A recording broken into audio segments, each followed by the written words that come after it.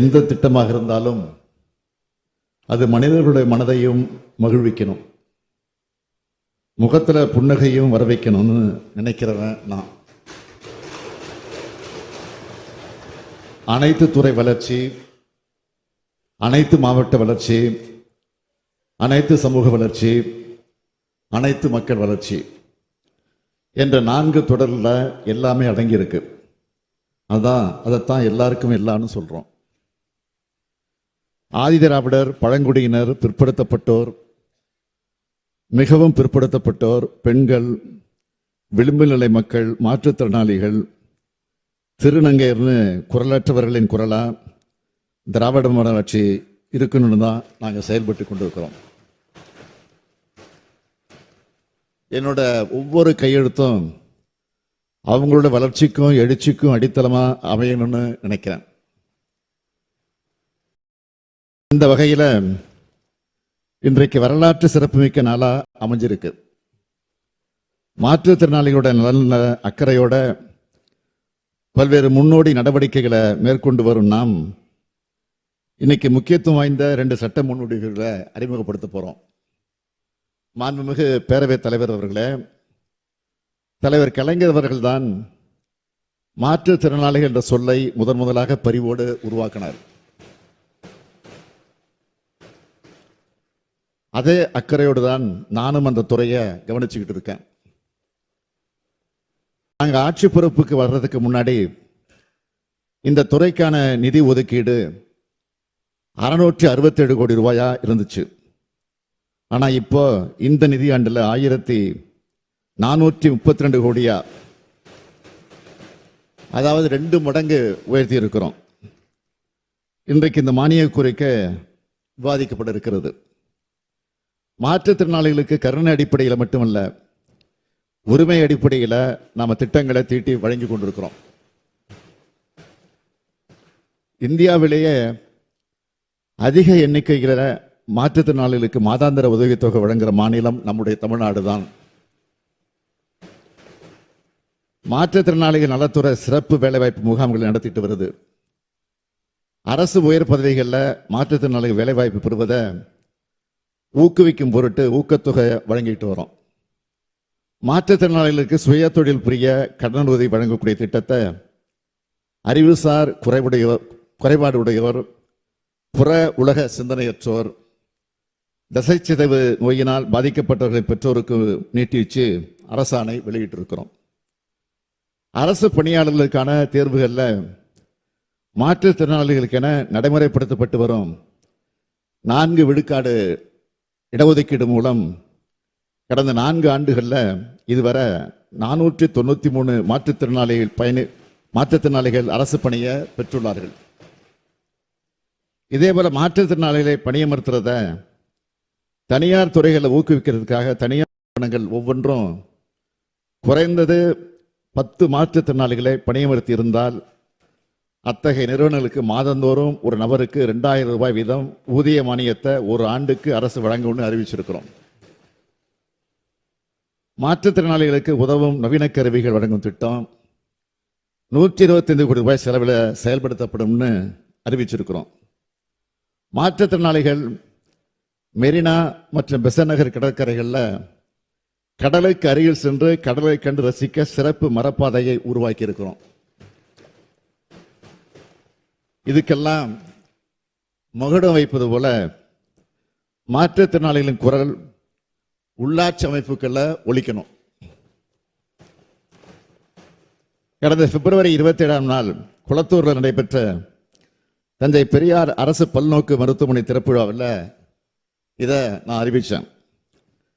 அடுத்த நாளே என் வீட்டுக்கு வந்த பேராசிரியர் தீபக்நாதன் தலைமையில் மாற்றுத்திறனாளி தோழர்கள் எனக்கு நன்றியும் பிறந்தநாள் வாழ்த்துக்களும் தெரிவித்தாங்க.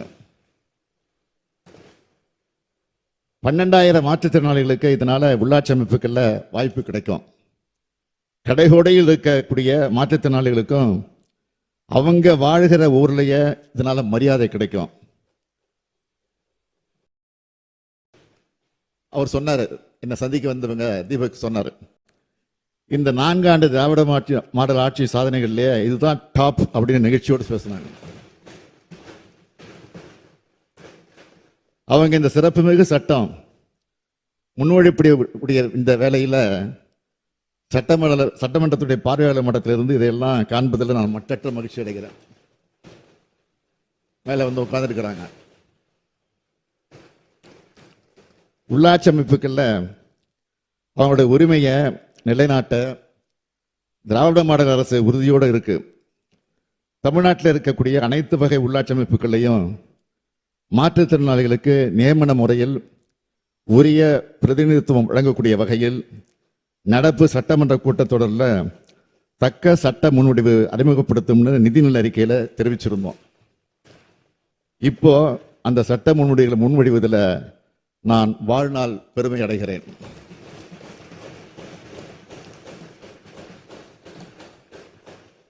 அருந்ததியின மக்களுக்கு 3 விழுக்காடு வழங்கும் சட்ட முன்வடிவுகளை இதே மாமன்றத்தில் தாக்கல் செய்யக்கூடிய பெருமையை நான் அடைஞ்சேன்.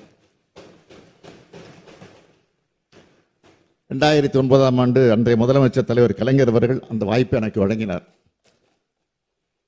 அன்னைக்கு இருந்த அதே மனநிறைவோடு நான் இன்னைக்கு உங்க முன்னாடி நிற்கிறேன்.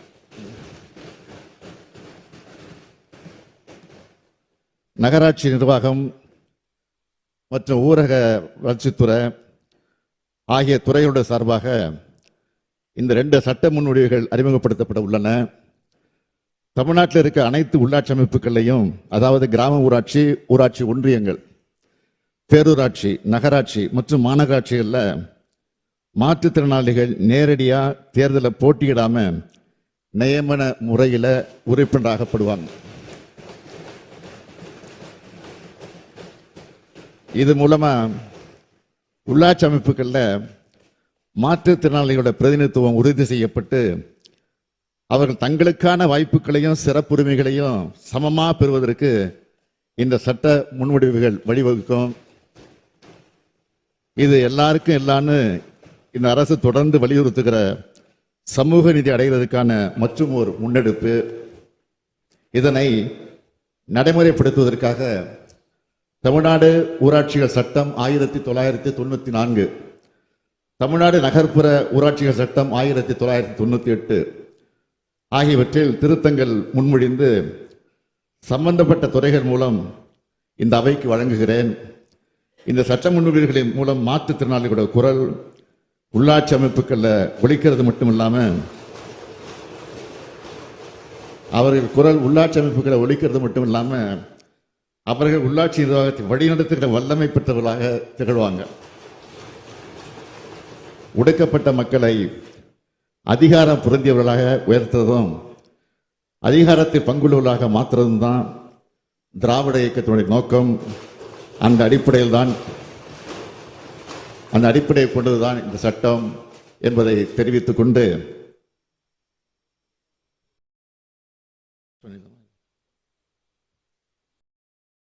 மாண்புமிகு பேரவைத் தலைவர் அவர்களே, 2025ஆம் ஆண்டு தமிழ்நாடு நகர்ப்புற உள்ளாட்சி அமைப்புகள் திருத்த சட்ட முன்வடிவை அறிமுகம் செய்ய அனுமதி கோருகிறேன். மாண்புமிகு முதலமைச்சர் அவர்களின் தீர்மானம் பேரவையின் முடிவுக்கு விடப்படுகிறது. ஏற்போர் ஆம் என்க, மறுப்போர் இல்லை என்க. ஏற்போரே அதிகம் என்று கருதுகிறேன். ஏற்போரே அதிகம். தீர்மானம் நிறைவேறியது.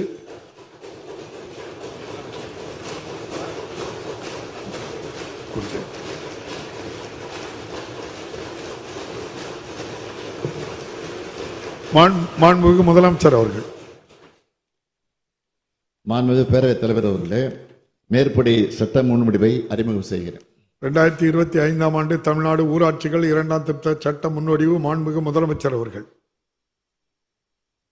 மாண்புமிகு பேரவைத் தலைவர் அவர்களே, 2025ஆம் ஆண்டு தமிழ்நாடு ஊராட்சிகள் 2ஆம் திருத்த சட்ட முன்வடிவை அறிமுகம் செய்ய அனுமதி கோருகிறேன். மாண்புமிகு முதலமைச்சர் அவர்களின் தீர்மானம் பேரவையின் முடிவுக்கு விடப்படுகிறது. ஏற்போர் ஆம் என்க, மறுப்போர் இல்லை என்க. ஏற்போரே அதிகம் என்று கருதுகிறேன். ஏற்போரே அதிகம். தீர்மானம் நிறைவேறியது. மாண்புமிகு முதலமைச்சர் அவர்கள். மாண்புமிகு பேரவைத் தலைவர் அவர்களே, மேற்படி சட்ட முன்வடிவை அறிமுகம் செய்கிறேன். 2025-26ஆம் ஆண்டுக்கான மானிய கோரிக்கைகள் மீது விவாதமும் வாக்கெடுப்பும். மானிய கோரிக்கை 52 மாற்றுத்திறனாளிகள் நலத்துறை மாண்புமிகு பேரவைத் தலைவர் அவர்களே, இந்த சட்ட திருத்தத்தினால் விளையப் போகும் பலன் பற்றி ஒரு விவரத்தை குறிப்பிட விரும்புகிறேன். தற்போது நகர்ப்புற உள்ளாட்சிகளில் தேர்ந்தெடுக்கப்பட்ட உறுப்பினர்களில் 35 பேர் மட்டுமே மாற்றுத்திறனாளிகள் ஆவார்கள். ஆனால் இந்த சட்டம் நிறைவேற்றப்பட்ட பிறகு சுமார் 650 மாற்றுத்திறனாளிகள் நகர்ப்புற உள்ளாட்சிகளிலும் 650 மாற்றுத்திறனாளிகள் நகர்ப்புற உள்ளாட்சிகளிலும் 12,913 மாற்றுத்திறனாளிகள் கிராம பஞ்சாயத்துகளிலும் 388 மாற்றுத்திறனாளிகள் ஊராட்சி ஒன்றியங்களிலும் மாவட்ட ஊராட்சிகளில் 37 மாற்றுத்திறனாளிகளும் நியமனம் செய்யப்படுவார்கள். அவர்களது குரல் அந்த உள்ளாட்சி அமைப்புகள் எல்லாம் எதிரொலிக்கும். இந்த சட்டத்தினால் விளையப்போகும் மிகப்பெரிய நன்மையாகும் என்பதை இங்கே நான் குறிப்பிட விரும்புகிறேன்.